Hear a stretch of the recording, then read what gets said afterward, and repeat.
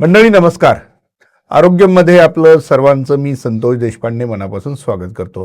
मित्रांनो, आजचा विषय खरं तर खूप वेगळा आहे, मात्र आपल्यासाठी जिव्हाळ्याचा आहे. कारण तो आपल्या मुलांशी संबंधित आहे, मुलांच्या आरोग्याशी संबंधित आहे आणि त्यांच्या सुट्टीशी देखील संबंधित आहे. तुम्ही म्हणाल सुट्टीचा आणि आरोग्याचा काय संबंध? खरं तर तोच विषय आहे.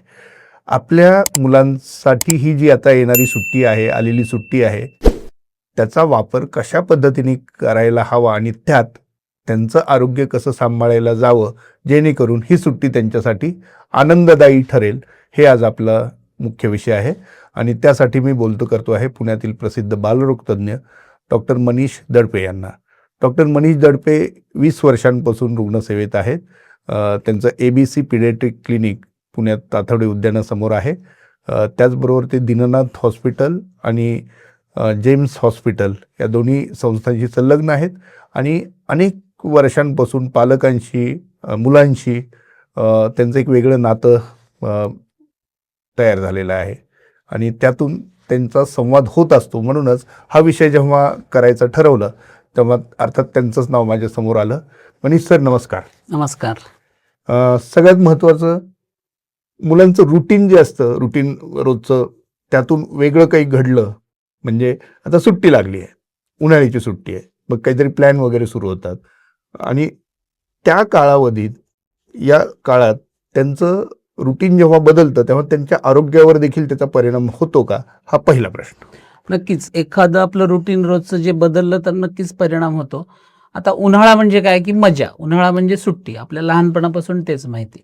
आताचा जो काळ आहे, न्यूक्लिअर फॅमिलीचा काळ आहे, त्याच्यात आपलं एक रुटीन सेट झालेलं आहे की शाळेची वेळ आहे, डब्बा खाण्याची वेळ आहे, आल्यानंतर जेवणाची वेळ आहे किंवा खेळायला जाण्याची वेळ आहे. हे लहान मुलांचं सगळं सेट पॅटर्न आहे.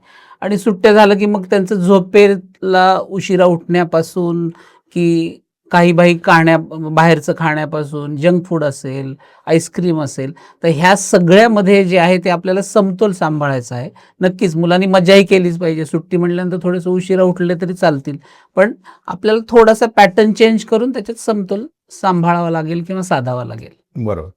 थोडक्यात रुटीन बदललं तर आरोग्यावर परिणाम होऊ शकतो, मात्र थोडासा समतोल साधता आला तर काही प्रॉब्लेम नाही. डॉक्टर, एक प्रश्न मला नेहमी म्हणजे पडत असतो, तो असा की अनेकदा होतं असं की आपलं रुटीन असतं, सगळ्या गोष्टी ठरलेल्या असतात आणि सर्दी, पडसं किंवा खोकला आला तर डॉक्टरांकडे आपण जातो, बरोबर, किंवा मुलांना घेऊन जातात पॅरेंट्स. बरोबर. मात्र जेव्हा प्रवासाला कुठे जायचं आहे त्याच्या आधी मात्र येत नाहीत, असं अनेकदा घडतं का? आजकाल पॅरेंट्स बऱ्यापैकी हुशार आहेत म्हणता येईल की आई पण जॉब करत असते, वडील पण जॉब करत असतात आणि बऱ्याच वेळेला जर ते परदेशात टूरला वगैरे जात असतील तर ते आमच्याकडे नक्कीच येऊन ट्रॅव्हल मेडिसिनची लिस्ट घेऊन जातात. समजा आपण असं समजूया की एक मुलगा उन्हाळी कॅम्पला कुठेतरी 5 दिवसासाठी 10 दिवसासाठी जाणार आहे, तर काय काळजी घेतली पाहिजे बाबा की आवश्यक औषधं तुम्ही घेऊन जाणं गरजेचं आहे. समजा तापेसाठी औषध आहे, उलटीसाठी औषध आहे आणि आजकाल आम्ही काही लसी घेतल्या तर फार बरं होईल असं त्यांना सांगतो की टायफॉईडची लस आहे, काही ठिकाणी डासांमुळे होणारे आजार आहेत, जापानीज एन्केफलायटिस नावाचा आजार आहे की त्याच्यामध्ये बाळाला बरेच त्रास होऊ शकतात, तर अशा लसी घेणं गरजेचं आहे. सो चेकलिस्ट आपण जशी सामानांची करतो, आपण जशी कपड्यांची करतो, तसं औषधांची आणि घेऊन जाणाऱ्या काही लसी आपण घेतल्या आहेत का त्याच्याबद्दल करणं खूप गरजेचं आहे. थोडक्यात ज्या पद्धतीने आपण कुठल्याही प्रवासाची तयारी करतो त्याचवेळी प्रवासात काही आजार उद्भवू नये म्हणून देखील तयारी करायला हवी. 100% असं तुम्ही सांगता.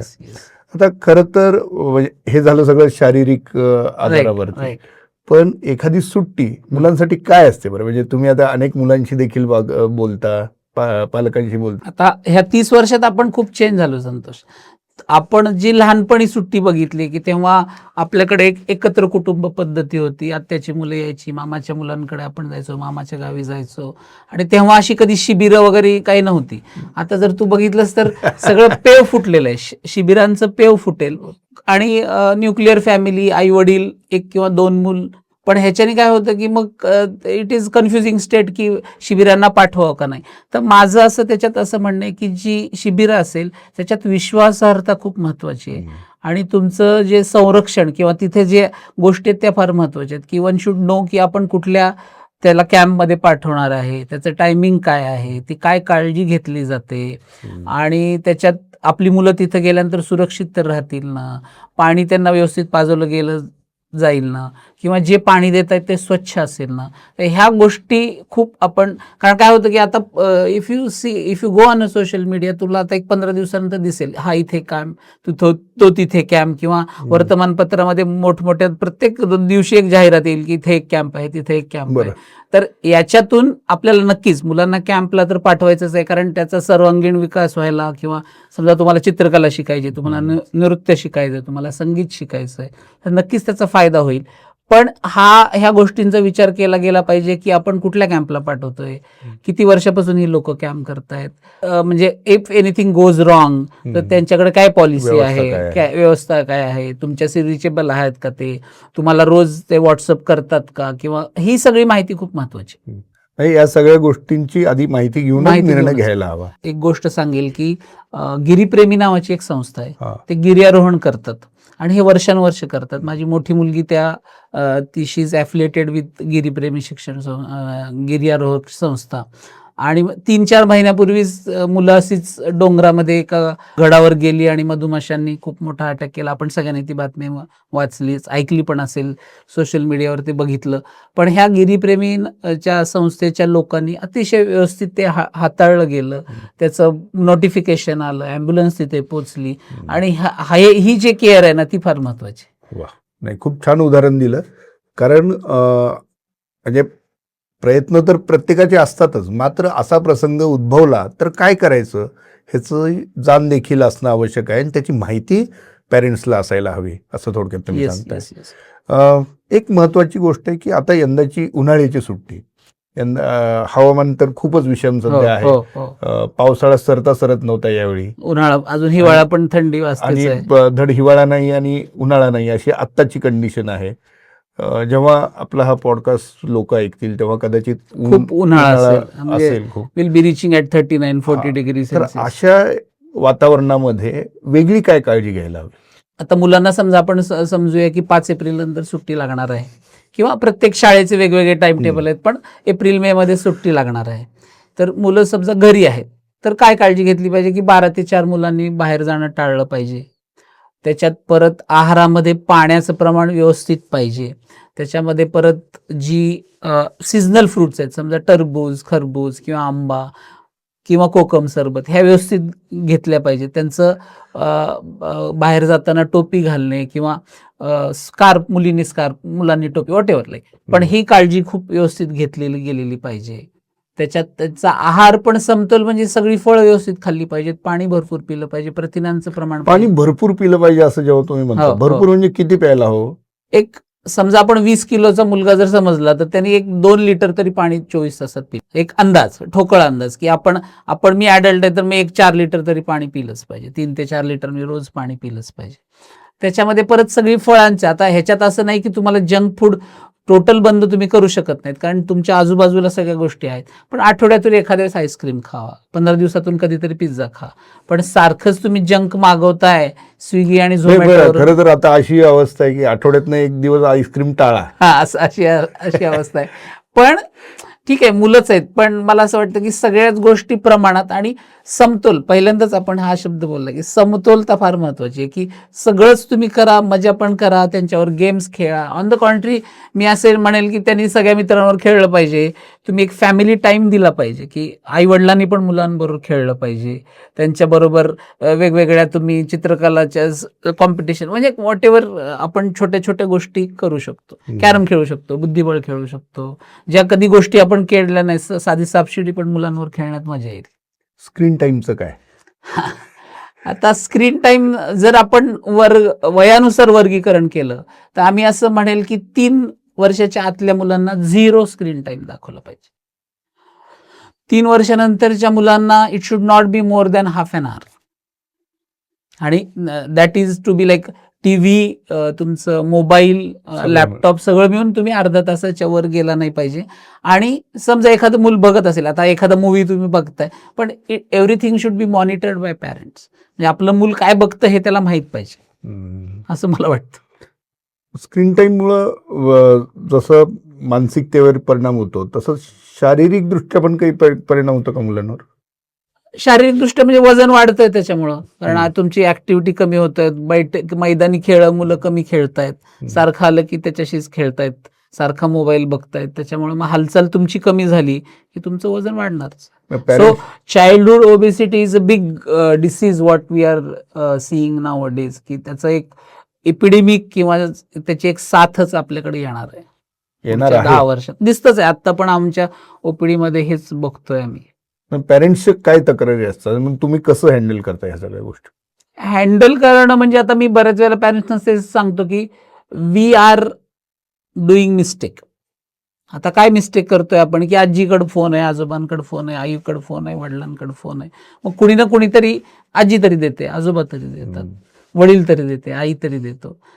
पाल्यांकडे मोबाईल आहेत म्हणूनच ते घेत आहेत, किंवा कुणीतरी बिस्किट सारखं घरात आणतंय म्हणून मुलं बिस्किट खात आहेत, कुणीतरी सारखं चॉकलेट घरात आणते म्हणून चॉकलेट्स खात आहेत, किंवा कुणीतरी सारखं पेढा, बर्फी, तत्सम प्रकारच्या मिठाई तुमच्या घरात येत आहेत म्हणून मुलं खात आहेत. सो मला असं वाटतं की पहिल्यांदा आपण थोडंसं सगळ्यांनी बदलायला पाहिजे, आणि मग मुलांकडून ती अपेक्षा आपण करू. पॅरेंट्सचं समुपदेशन तुम्हाला करावं लागतं? नाही, म्हणजे आता समजा 18 महिन्याचं बाळ आहे आणि आई म्हणते ते ऐकतच नाही, तो माझा मोबाईलच घेतो. म्हटलं तुमची चूक आहे, तुमचा मोबाईल त्यांनी घेतला म्हणजे तुमच्याकडे, तुम्ही ठरवलं पाहिजे की आपला मोबाईल द्यायचा का नाही, का आल्या आल्या घरात आलं की बाजूला काढून ठेवायचा. पण मुलांच्या बाबतीत म्हणजे आपण लहान होतो, आपण लहानाचे मोठे झालो, पण आताचे पालक जे आहेत ते जास्त हळवे आहेत असं नाही का? हळवे आहे, जनरेशन बदलली. आताची जी मुलं आहेत 2025 पासून ते बीटा जनरेशन आले, त्याच्या आधी अल्फा जनरेशन, त्याच्या आधी समजा तू काय मिलेनियल आणि ह्या सगळ्या जनरेशन आहेत, जेनझी, त्याच्यामध्ये जेनझी होते. त्यामुळे असं वाटतं की ते मुलं पण बदललेली आहेत, पालक पण बदललेले आहेत, आणि त्याच्यात परत न्यूक्लिअर फॅमिली म्हणजे एक मुलगा सांभाळणारच तुम्हाला अवघड झालं तर 2 क्वचित दिसतील काही दिवसांनी. 3 मुलं असण्याचा प्रश्न उरलेला नाही. प्रत्येकाला आता व्हॉट वी आर सीइंग की एखादा मुलगा असतो, दुसरा असतो नाही असं नाही, पण त्याच्यात त्यांची कसरत आहे.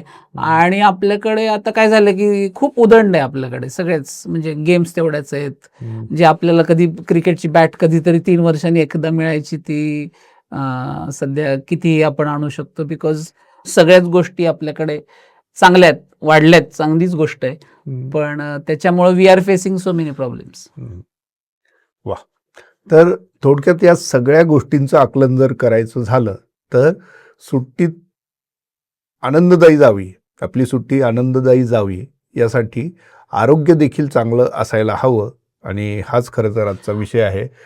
मी आता डॉक्टरांना जाता हाच प्रश्न थेट विचारणार आहे, सुट्टी आनंददायी जावी यासाठी आरोग्याची नेमकी काय काळजी घ्यायला हवीत? हां, सो आपण जर ह्या सगळ्या गोष्टी समराईज केल्या की कीप इट सिम्पल. मी असं म्हणेल की आपल्याला काय फार मोठं त्याच्यात शास्त्र नाही की हेच करायला पाहिजे, तेच करायला पाहिजे. मुलांनी एन्जॉय पण केलं पाहिजे. तर व्यवस्थित छान मस्त खा, भरपूर पाणी प्या, सगळे फळं खा, 12 ते 4 उन्हाच्या मध्ये बाहेर पडू नका, सगळे मैदानी खेळ खेळा, मित्र जमवा, नवीन नवीन कॅम्पला जाण्याची गरज वाटली तर नक्की जा, नवीन नवीन गोष्टी शिका, चित्रकला शिका, नृत्य शिका, संगीत शिका, गाणं शिका. पण समजा एखाद्या कॅम्पला तुम्ही जाणार असाल तर मी जसं म्हणलं की विश्वासार्हता आणि सुरक्षितता खूप महत्वाची आहे, आणि मजा करा.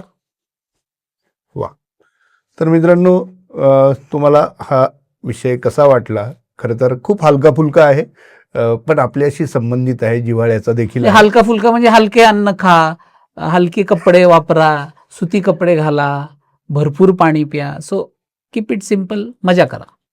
तर हलका फुलका कसा ते आता परत त्यांनी सांगितलेलं आहे. तर हा विषय तुम्हाला कसा वाटला आम्हाला जरूर कळवा, आणि मला खात्री आहे की डॉक्टरांचा सल्ला तुम्हाला खरोखर एक कानमंत्र वाटला असेल, तो जरूर तुम्ही अवलंब त्याचा करा. डॉक्टर, तुम्ही आलात आणि इतक्या छान आणि सोप्या शब्दांनी या सगळ्या गोष्टी खुलून सांगितल्या, हलका फुलक्या करून सांगितल्या, त्याबद्दल थँक्यू धन्यवाद. संतोष, थँक्यू.